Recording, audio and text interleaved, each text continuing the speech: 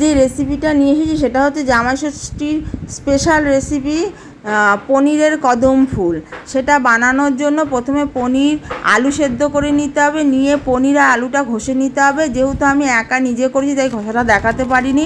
তার মধ্যে বেসন, চালের গুঁড়ো, পোস্ত, নুন, হলুদ, জিরের গুঁড়ো, ধনের গুঁড়ো, লঙ্কার গুঁড়ো এবং গরম মশলার গুঁড়ো আর চিনি দিয়ে ভালো করে ওটাকে মেখে নিতে হবে। আর আদা কাঁচা লঙ্কা বাটাও দিতে হবে, দিয়ে ভালো করে মেখে নিয়ে সেটাকে লাড্ডুর মতন করে গোল করে নিতে হবে। যেহেতু আমি একা করেছি সেহেতু এক হাতে ফোন আর এক হাতে লাড্ডু করেছি। করার পর এবারে কিছুটা তার আগে গোবিন্দভোগ চাল বা বাসমতি চাল ভিজিয়ে ছাঁকনির মধ্যে ছেঁকে নিতে হবে। এবার সেই লাড্ডুগুলো ওই চালের মধ্যে দিয়ে ঘুরিয়ে ঘুরিয়ে দেখো পুরো চালগুলো লেগে গেছে। তারপরে গ্যাস ধরিয়ে একটা গামলা হোক কড়াইতে হোক জল বসিয়ে দিয়ে এরকম ঝাঁঝরি বসিয়ে দিতে হবে। তোমাদের ব্রাশ থাকলে তোমরা ব্রাশ দিয়ে কিছুটা রিফাইন তেল মাখিয়ে নেবে। আমি হাত দিয়েই মাখিয়েছি। মাখিয়ে ওগুলোকে দিয়ে প্রায় 15 মিনিট অবধি ভাপে বসিয়ে রেখেছিলাম।